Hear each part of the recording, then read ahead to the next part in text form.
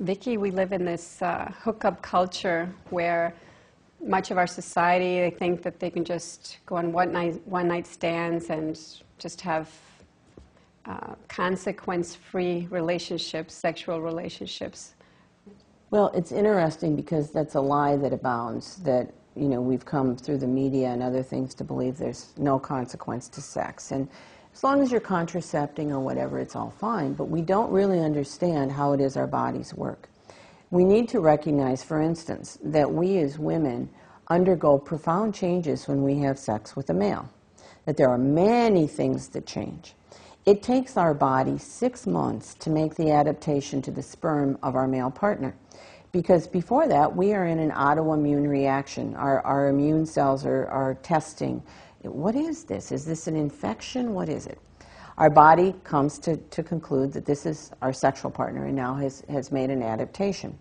The reality is that this allows us women to be without consequence in terms of when we conceive children with this male, our body recognizes that this is with our partner.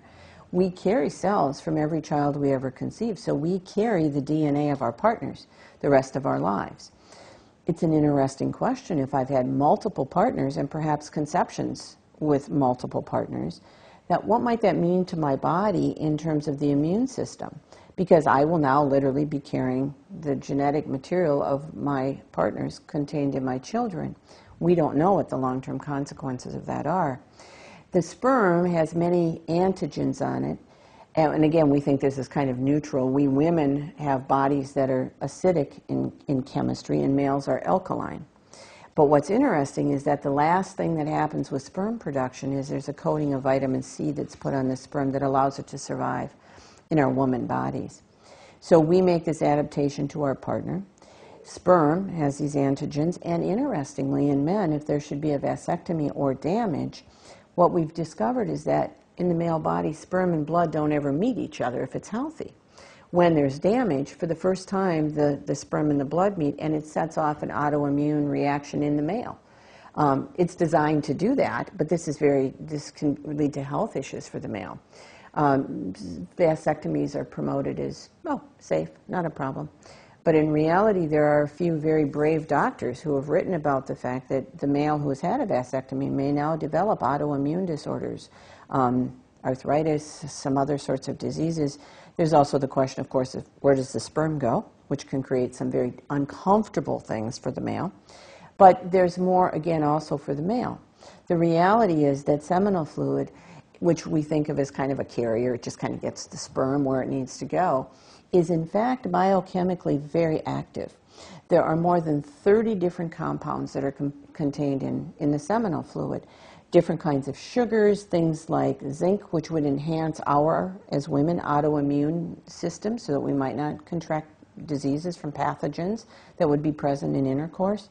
All these different kinds of substances. There are also many, many hormones that are there. Luteinizing hormone, we think that's a woman hormone. Follicle stimulating hormone, that's a woman hormone. 13 kinds of prostaglandins. Some other things like dopamine are there. Why? Because we women absorb that material, and we're changed forever. Every time we have intercourse with someone, if we absorb any of that seminal fluid, it's in our system for at least 15 hours. We're changed in a very real and concrete way by this sexual intimacy that's there. Furthermore, the brain chemistry in both men and women is triggered with sexual intimacy. And we believe that because I say this is just a sexual encounter for pleasure, I'm not going to be changed, that it works.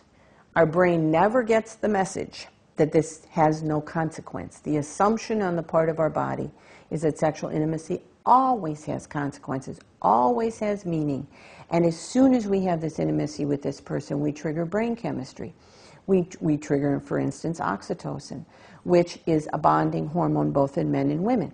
There are other feedback systems there that make the brain feel good. Men, in particular, get vasopressin. This is a male hormone. We women have a little, but it's predominantly male. And when we have sexual intimacy with someone, what happens to the male is this hormone now makes him have a preference for this female that he just had sex with. Hooking up, this sense that it doesn't matter, is physiologically an impossibility. We know that in men, it takes 72 days to produce sperm, and that at each point there's a change in the sperm. It's changed in some way. But what we don't realize is that the sperm has to be changed in the woman's body to have the capacity to enter the egg. There's a phenomenon when the sperm enters that's called capacitation and adaptation. For 5 hours or so, it sits in our woman bodies, and our woman chemistry changes the sperm. So now the sperm has the capacity to enter the egg, to go through this acrosome reaction. Before that, it can't do it. It swims differently after this. It swims with, if you will, more intent. Prior to that, the tail is kind of lazy, and it moves it where it needs to go, but not with determination. After being changed by the female body, the tail is this whiplash kind of thing. It's very direct. It's very effective in moving the sperm forward to meet the ovum. This is incredible when you think about it. There is an author in Britain who has written about the fact that supposedly there are 3 types of male sperm. The first is called the egg getter, the second is called the blocker, and the third is called the killer. I think maybe he was a rugby fan or something, because they're not really highly technical terms, but if you look at pictures of sperm, you can see 2 of these for certain. You can see that the egg getters are what we expect. They're very sleek, a pointed head and a tail, but the blockers are misshapen. They're kind of boxy, or they don't look like this very sleek sperm. The intent of the blockers is that they will fill in the crypts in the cervix. There are little compartments there, so that the egg getters can move through without getting stuck. Of the millions of sperm that come into our bodies, there's maybe only 20 or 40 that really get to the point of the egg.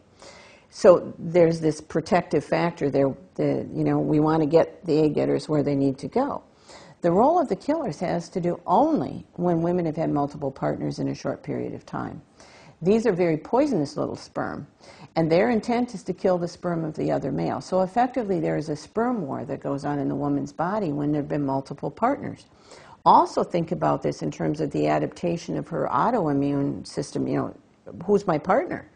Her immune system must be on a real state of arousal here, because there's sperm from several males, and her body is trying to make this time adaptation. And what happens, this is purely a question that I don't know the answer to, but what happens when I've had many partners and my body hasn't made this 6-month adaptation to the recognition that this is my partner? Now, you can get pregnant before this. You can get pregnant the first time you have sex. In fact, there's always a question sometimes from young people. They've been told you can't get pregnant the first time you have sex. But the reality is that we women are interested in sex. We're more arousable at the time of ovulation. Males around us perceive that we're ovulating by scent. They have an elevated testosterone level. They're more interested in sex. And sex happens, and pregnancy happens. And people are surprised by, how did that come to be? But the awareness that we're different. To know also that we women are very conditionable at the time of ovulation. This is some media effects research, and they had shown an erotic movie to women who were ovulating, and all of the women had an erotic response to this movie. They showed the same movie to women at other phases. We have different stages of our cycle. We have the follicular stage, when the little follicles on our ovaries are developing. We have the ovulation stage, when one of the follicles breaks loose and the ovum is released in our body. And then the last stage is the luteal phase, when the little place on the ovary where the ovum was released becomes a major chemical factory, keeping the ovum alive to see if there is a pregnancy, and if there is, then keeping the baby alive until the baby builds its placenta. But this awareness here that during ovulation we're arousable. They showed the same movie to a group of women at these other phases, and there was a consistent response, but it was that it was basically a very stupid, dirty movie. No erotic response.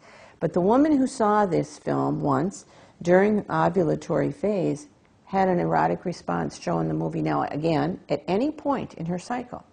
The anthropologists talk about the fact that this is perhaps why, if we have sex with Mr. Wrong when we're ovulating, we now are hooked to Mr. Wrong. We all know that Mr. Wrong leads to Mr. Wrong number 2. So this awareness of how this give and take, this dance, if you will, between men and women is so important, and it's so critical that we as women and men understand there's a lot more going on in our bodies than we've ever been told, so that we can, A, make really good choices about this. Do I want my body to be changed by this male? If I'm going to have sex with him, one, I am going to be changed by him. And we don't even know what some of the long-term consequences of this are, but we know that she's absorbing the material. And, you know, how do I want to live my life? How do I want to be changed by my partner? What consequences might there be if I make these choices where I have, you know, repetitive sexual partners? We don't know what some of these long-term consequences are. We do know, for instance, that the woman who has multiple partners in a short period of time may develop an infection that's called bacterial vaginosis, which is a very serious infection. And what happens is that the chemistry of her genital area has been changed, and now the bacteria that can grow there are what are called anaerobic bacteria. Those are always serious infections. Again, what we think is simple, what we think is without consequence, in fact has serious long-term consequences. And, you know, the more I learn about this, the more I'm in awe that nature, God, has built us in this way to be complementary to each other, that we truly are changed by our partner and really become one in terms of this. Thank you, Vicki.